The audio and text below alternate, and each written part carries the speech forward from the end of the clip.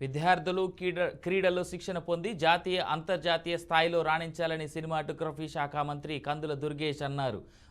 తూర్పుగోదావరి జిల్లా నిడదవోలు మినీ స్టేడియాన్ని ఆయన ప్రారంభించారు. గ్రామీణ స్థాయి నుంచి ప్రతిభగల క్రీడాకారులను గుర్తించి అంతర్జాతీయ స్థాయికి ఎదిగేలా ప్రోత్సహిస్తామని మంత్రి కందుల దుర్గేష్ తెలిపారు.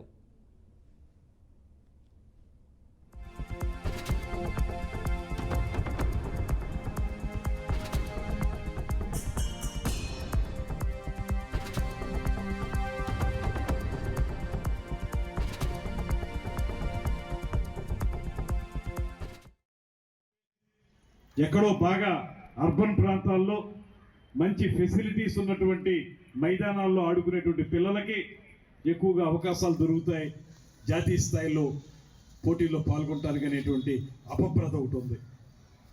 అటువంటి సందర్భంలో మనం గ్రామీణ ప్రాంతాల్లో ఉన్నటువంటి క్రీడాకారులు ఎవరైతే ఉన్నారో వారందరినీ కూడా వెన్నుతట్టి ప్రోత్సహించి వాళ్ళ అంతర్జాతీయ స్థాయికి కూడా తీసుకువెళ్ళడానికి వీలుగా ఇవి ఎంతగానో ఉపయోగపడతాయనేటువంటి మాటను నేను నమ్ముతున్నాను.